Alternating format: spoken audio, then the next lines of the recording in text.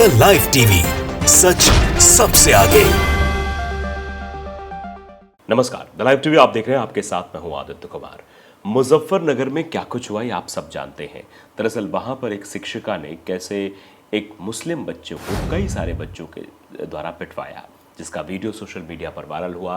तरह तरह की बातें, लोगों की प्रतिक्रियाएं भी सामने आने लगी और साफ तौर पर सवाल पूछा जाने लगा कि आखिरकार मुस्लिम बच्चे के साथ इस तरीके का दुर्व्यवहार क्यों किया गया। वो दुर्व्यवहार तो ठीक था, लेकिन अब जो उस परिवार के साथ हो रहा है वो ज़्यादा दयनीय है और सोचनीय भी है।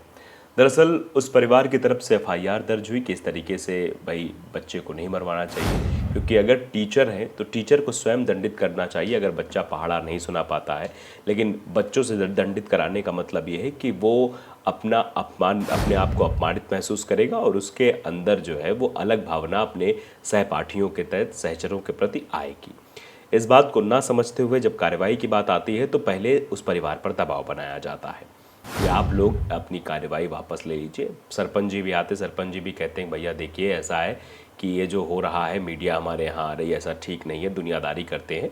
और अब उसके बाद जो चीज़ें निकल कर सामने आई वो और भी भयावह हैं।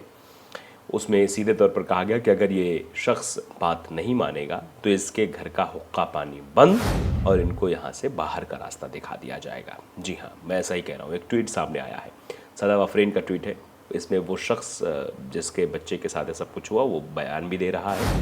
पहले ट्वीट क्या लिखा गया वो बताते हैं, फिर आपको 10 सेकंड का बयान भी सुनाएंगे। पहले ट्वीट देखिए आप। लिखा है, गजब है ना, मुजफ्फरनगर बच्चे की पिटाई कांड आरोपी तृप्ता त्यागी को अब तक गिरफ्तार नहीं किया गया, उनकी गिरफ्तारी नहीं हुई है, लेकिन उल्टा पीड़ित परिवार को ही एफआईआर वापस लेने व हुक्का पानी बंद करने की धमकी दी जा रही है। मतलब हो क्या गया है लोगों को, एक आरोपी के पक्ष में कैसे खड़े हो जाते हैं ये लोग, ये सवाल पूछा गया है।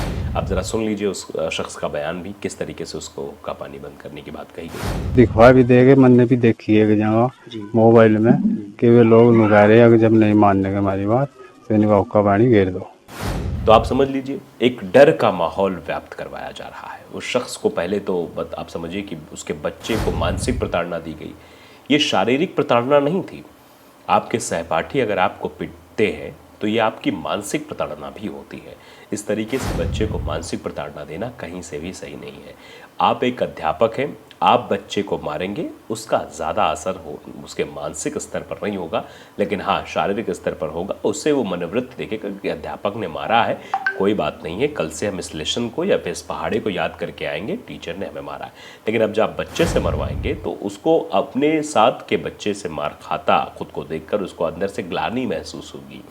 तो इससे वो कोई भी कदम उठा सकता है। वो उसकी मानसिक प्रवृत्ति पर जोर दिया जा रहा था।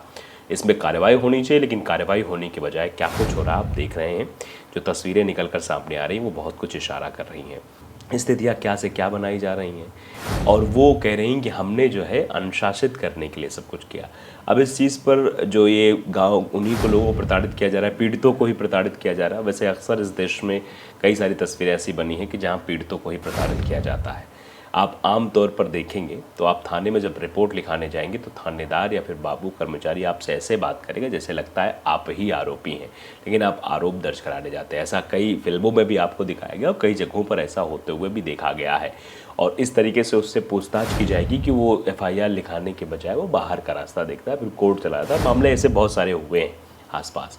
तो फिलहाल यहाँ पर वही हो रहा है, पीड़ित को ही प्रताड़ित किया जा रहा है, उसे ही परेशान किया जा रहा है, उसको गांव से निकालने की धमकी दी जा रही है, हुक्का पानी बंद करने की बात, यानी कि मतलब गांव को कोई व्यक्ति मतलब नहीं रखेगा, किसी प्रकार से कोई संबंध नहीं रहेगा, इस तरीके की चीज़ें करने की भी कोशिश की जा रही। तो आप इससे अंदाज़ा लगा सकते हैं किस मानसिकता के लोग हैं, कैसी इनकी मानसिकता है और इस पर क्या कुछ रिएक्शन आ रहा है वो भी बताएंगे। लेकिन हम एक आपको आर्टिकल और दिखाना चाहते हैं, जिस आर्टिकल में साफ तौर पर ये लिखा हुआ है कि वो कह रही थी कि हम इनके घरों वालों ने कहा था कि दबिश दीजिए। तो दबिश का ये तो नहीं है कि मतलब इस तरीके से आप बच्चों से पिटवाएं। देखिए ये टीचर कह रही हैं, मुस्लिम बच्चे को थप्पड़ मारने वाली घटना पर टीचर तृप्ति त्यागी ने दी सफाई। बोली माता पिता की तरफ से था सख्ती बरतने का दबाव। सख्ती बिल्कुल बरतिए, माता पिता कहते कोई नहीं चाहेगा कि उसका बच्चा बिगड़े। तो आपकी जो है मतलब जिम्मेदारी बनती है, अध्यापक की जिम्मेदारी बनती है वो स्वयं उन्हें जो है दंडित करे अगर कुछ होता है। इस तरीके से बच्चों से दंडित करा के कौन सी सख्ती बरती जा रही थी। तृप्ति त्यागी ने कहा कि बच्चे के माता पिता की तरफ से उनके ऊपर सख्ती बरतने का दबाव था। त्यागी ने कहा, मैं दिव्यांग हूँ इसलिए मैंने कुछ छात्रों से थप्पड़ मारने को कहा ताकि वो अपना होमवर्क करना शुरू कर दे। इससे पहले शिक्षिका ने आरोप लगाया था कि उनके बयान को सांप्रदायिक बनाने के लिए वीडियो एडिट किया गया और काटा गया था। आप समझ सकते हैं, इसको कहा गया कि सांप्रदायिक एंगल देने के लिए सब कुछ किया गया। अगर आप वाकई में दिव्यांग थे, कोई बात नहीं, आप दूसरे अध्यापक को बुलाकर दंडित करवा देते, लेकिन नहीं, आपने बच्चों से करवाया। उत्तर प्रदेश के मुजफ्फरनगर के एक प्राइवेट स्कूल की टीचर तृप्ति त्यागी ने कथित सांप्रदायिक टिप्पणी और कक्षा में 2 मुस्लिम सहपाठी को थप्पड़ मारने का आदेश देने के मामले पर अपनी सफाई जारी की है। बच्चे के खिलाफ सांप्रदायिक टिप्पणी करने के किसी भी इरादे से इनकार करते हुए त्यागी ने कहा कि उसने अन्य छात्रों से उसे थप्पड़ मारने के लिए कहा क्योंकि लड़का अपना होमवर्क नहीं कर रहा था और वो खुद उसे दंडित नहीं कर सकते थे क्योंकि वो दिव्यांग हैं।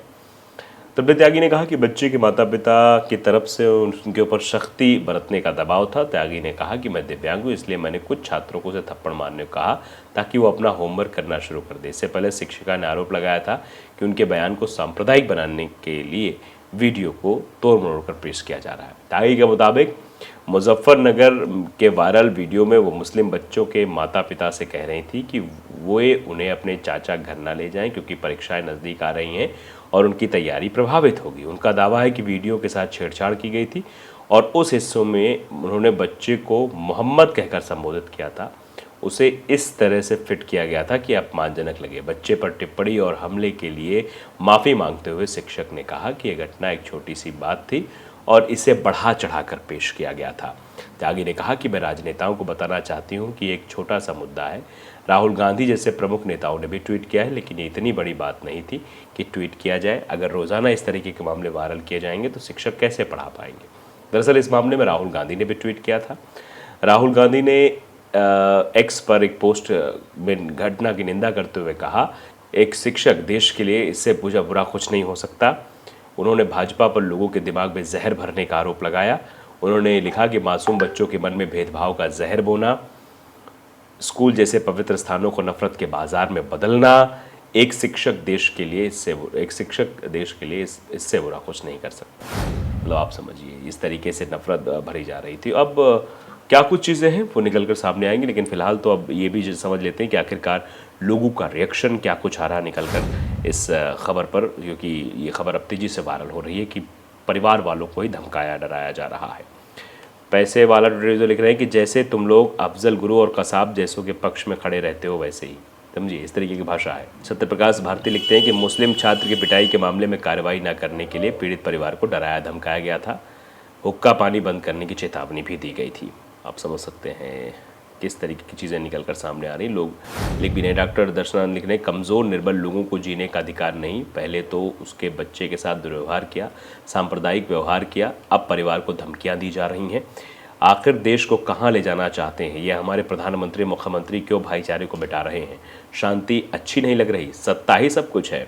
शेख खारिब लिखते हैं कि अब 2 कानून चलने लगे हैं। एक ही अपराध की सज़ा कपड़े देखकर तय की जाती है। बिट्टू बजरंगी को 15 दिन में जमानत मिल जाती है, उमर खालिद को सालों से जेल रहता है। ये भी चीज़ें लोगों द्वारा कही जा रही है कि देखिए क्या इस देश में हो रहा है। राजा खान लिखते हैं कि सड़े हुए समाज की यही पहचान है। जब वो बलात्कारियों के समर्थन में तिरंगा रैली निकाल सकते हैं तो इसमें कौन सी बड़ी बात है। मतलब ये सवाल पूछा जा रहा है कि आखिरकार क्यों ये किया गया। फिलहाल द लाइव टीवी को अगर आपने सब्सक्राइब नहीं किया जरूर करिए, बेल आइकन दबाइए ताकि सच खबर आप तक पहुंचती रहे। नमस्कार। द लाइव टीवी, सच सबसे आगे।